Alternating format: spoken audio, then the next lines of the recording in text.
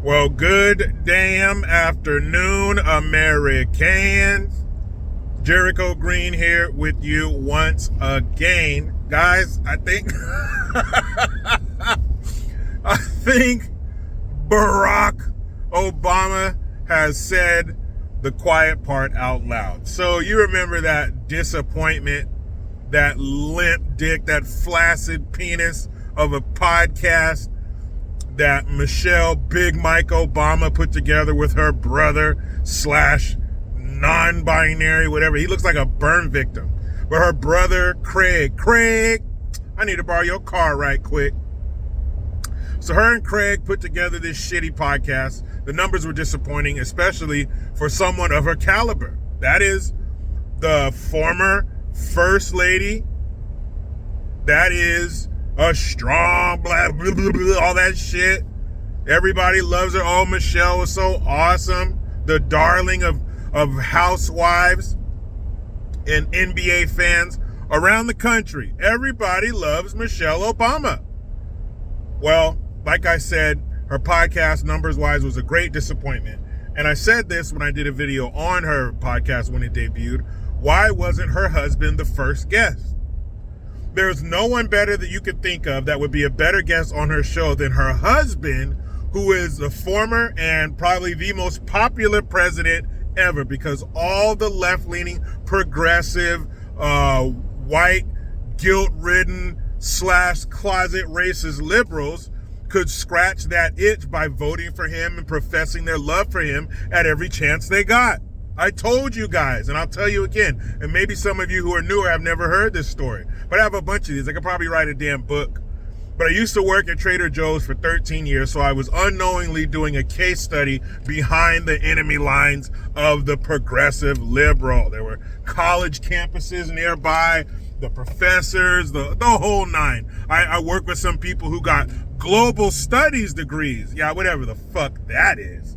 So one day, and this is after Barack Obama, let's see. Yeah, this is after he was elected. I don't remember if it was the first time or the second time. Like I said, I worked there for a long time. I worked there through both of his presidencies. So I can't remember whether it was the first or second one. But there used to be a coffee station over there where customers and employees could get free cups of coffee. So that was a popular meeting spot. So there were about 4 of us employees having a cup of coffee.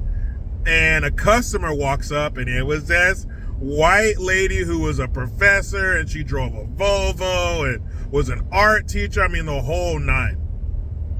So she comes up to me. She walks straight up to me. She didn't even look at anybody else. She walks up to me, puts her hand on her heart. I start looking around for an American flag. I'm like, are we about to do the Pledge of Allegiance? Why do you have your hand over your heart? Now she looks at me and goes, oh, I'm not exaggerating any of this. Everything I tell you from this point on is exactly what happened. She looks at me and goes, oh, did you hear Barack Obama's speech last night? Like, what? And as is the case with all of these situations where some guilt-ridden white liberal comes across a Negro in the wild, and they must take the opportunity to, I don't know, let them know that we're one of the good ones. I'm not racist. So she tells me, oh, did you see Barack Obama's speech last night? Like, how did you want me to react to that? Was I supposed to faint?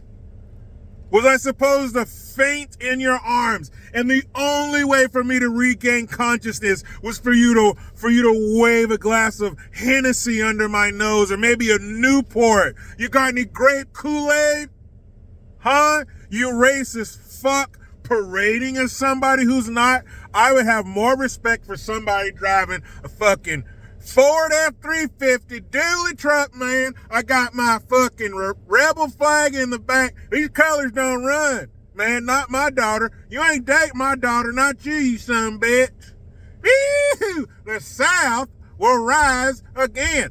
I would have more respect for that mullet-wearing sister fucker than these snakes that slither up next to you and tell you, oh yeah, Black Lives Matter, people of color, Latinx. Did you hear Barack Obama's speech? Did you know that if you say Barack Obama 3 times in a row in the mirror in the bathroom, you'll have an orgasm? Anyway, so you would think that this would be her first guest, the most popular president. White women have not flicked their bean to another man more than Barack Obama. But she didn't do that. I don't remember who her first guest was, but never mind all that. Barack Obama was on her show. Finally, and I'll put links to these clips that I'm talking about. So the first one, when he comes in, it's awkward. We all have our human meters. We can read humans' emotions. We know when you're bullshitting. You can tell when something's wrong. You can tell when something is fake. And if you got your bullshit meter, you know, like those metal detectors that make those like those real high pitch. You know, when they get over a piece of metal, they start beep beep beep beep beep beep beep beep beep beep beep beep. Right? If you waved your bullshit meter over this interview, it would go crazy because right off the bat, where he's walking in the studio, it's awkward. You don't feel that love that you've forged in the fire of good times and bad times over the decades. You didn't feel that. It wasn't there. It was very cold. It was like if you ever see a very modern home, it doesn't feel warm. A lot of sharp edges, a lot of squares. It doesn't feel like a home. That didn't feel like a relationship. It's almost like they shook hands when they came in. Mike, Barry, you know, like they shook it like they're business partners. Not even homies, business partners. It's very cold. So he comes in and, yeah, let's address the rumors. They say we're not married or we're getting a divorce. That's not true. I love this fella. I mean, this beautiful black male or black woman. So it's all that fake shit, right? So then, and you can hear it's, you know, and it really stands out how effeminate her brother is, because when you're hearing, you know, 2 other men, you're hearing Barry, hello. I could probably do a better Barack Obama impersonation, but I think that one's just as ridiculous as he is. So you got Barry and you got Mike, and then Craig's like, hey, what's up, Barry? And I'm like, what the, you know, anyway. So Barry goes on to say, this is the quiet part that he said out loud. He goes on to say that every man, you need to have an LGBTQ member in your circle of friends to teach you kindness and, acceptance. And also, if your kid, your son, your daughter, they turn out to be gay or non-binary or what have you, they can say, oh, you know, I'm not alone in this world. So hold up, dog. You're telling me that every man needs to have a gay friend? Why? Do we plan on sucking dick at some point? Do we need a professional to consult? Now, if you happen to have a friend who is gay, cool. But why do I need to to teach me kindness? People are kind and accepting inherently. Children are the best example of this. Life wrings that out of you like a rag. It wrings that kindness out of you and that optimism and that hope for humanity. But people are kind and accepting out of the womb as children. Oh, children are awesome. You want to be my friend? Yeah. Now they're friends. Unless they're female and they become a teenager, then that's the cattiest shit you've ever seen. But that's a whole nother video.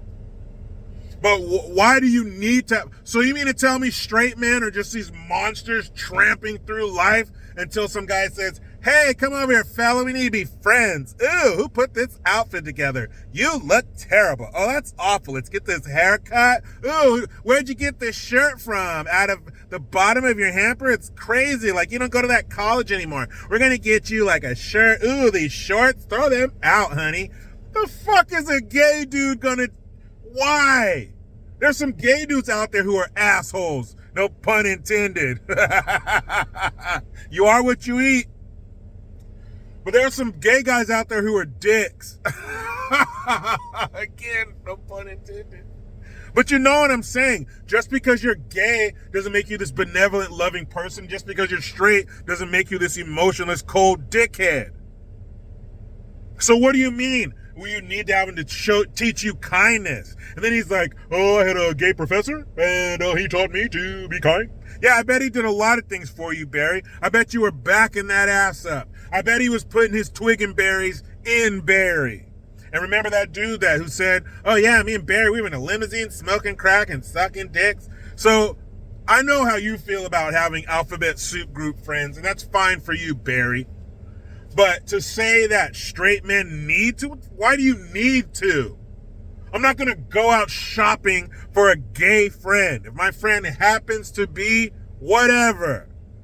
But it's not a need. They're not going to teach you something. This isn't a movie where there's a montage where the black guy teaches a white guy how to be cool and he turns his hat to the side and sags his pants. There you go, say, nah, I mean. Do you know what I mean? No. Nah, man, check this out. Nah, I mean, you got to grab your dick, you know what I'm saying? You got to grab that thing, you know what I'm saying? Come on now. What's a gay guy? How does being gay enhance his friendship skills? But it makes sense because Barack Obama is part of the alphabet soup group. He was our first president of color and the first alphabet soup group president. Remember, he lit up the house in rainbow colors. I'm not doing that unless I'm on that team. Why the fuck would you do that? Why would you light up the nation's capital in alphabet soup group colors unless you're part of the alphabet soup group? Meet me in the comments. Talk to me, Goose, and watch these clips first and then comment, if you will. Do you think Barry is just saying what he's been holding deep inside all these years? Or am I reading too much into it? That's why I'm meeting you in the comments. But you know how it goes. I try to be done with the left, but they just won't let me. I'm out.